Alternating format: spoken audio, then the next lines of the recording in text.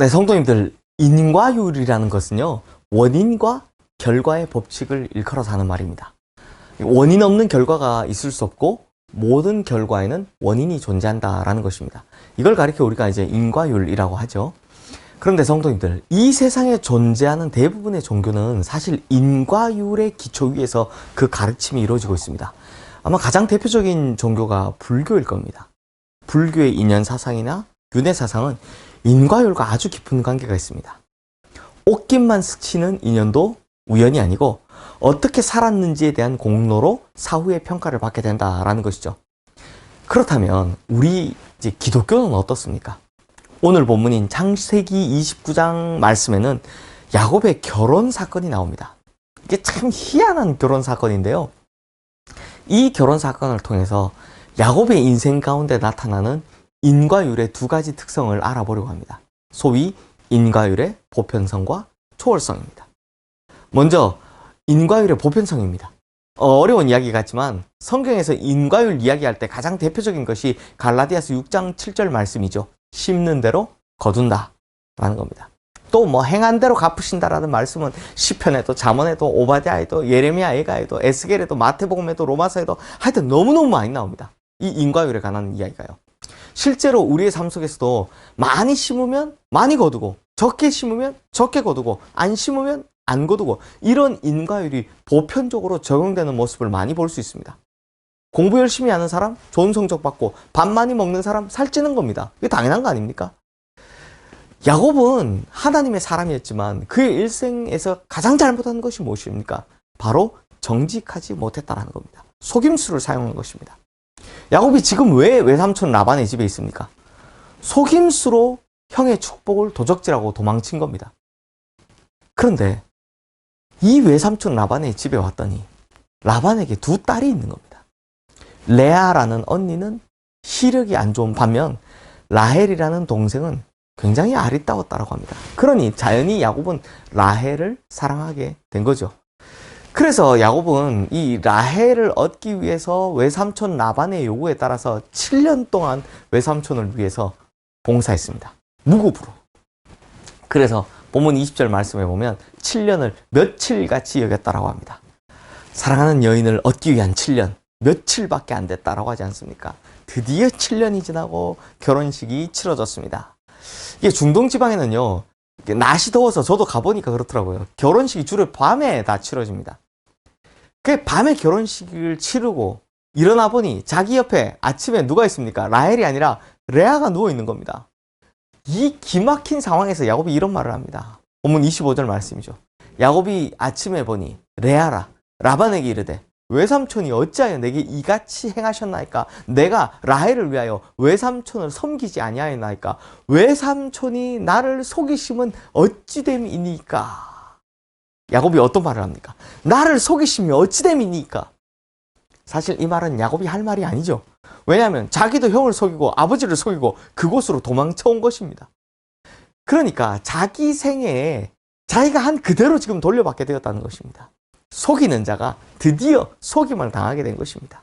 즉 인과율의 보편성, 심는 대로 거두는 일이 행한 대로 갚아지는 일이 발생하는 것입니다.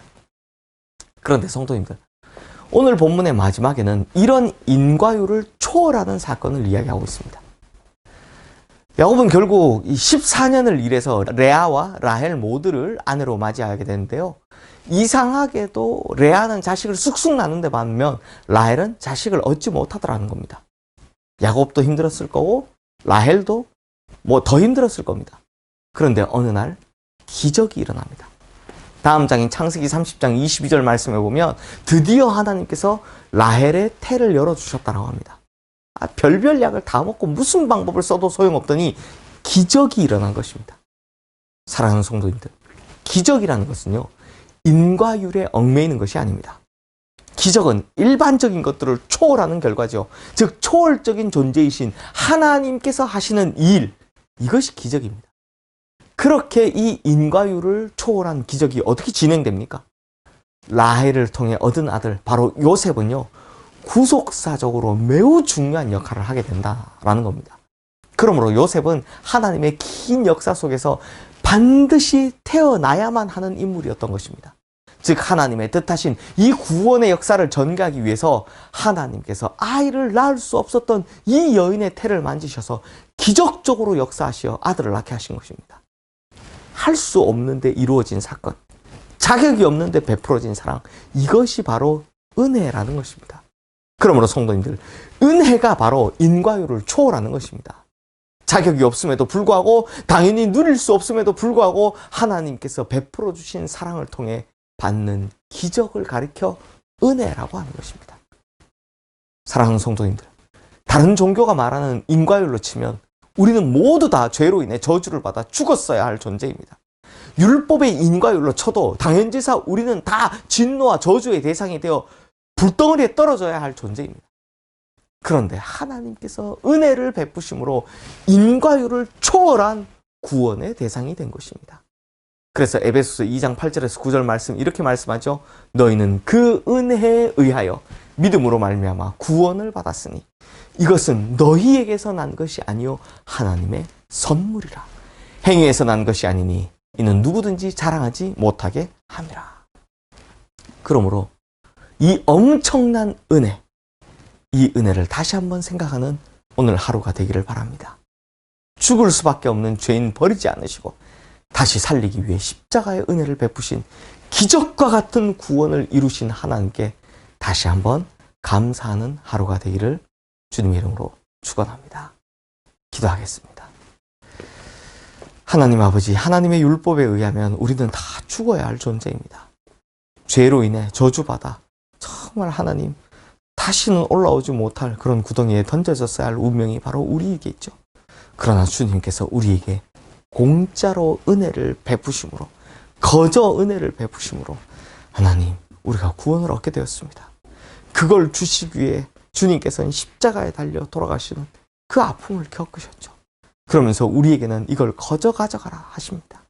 주님, 이것이 얼마나 큰 은혜이고 얼마나 큰 감사의 제목입니까? 오늘 우리가 이 예수 그리스도의 은혜, 하나님의 그 사랑 다시 한번 생각하는 이 하루가 되게 하여 주시옵소서. 예수 그리스도 이름으로 기도드리옵나이다. 아멘.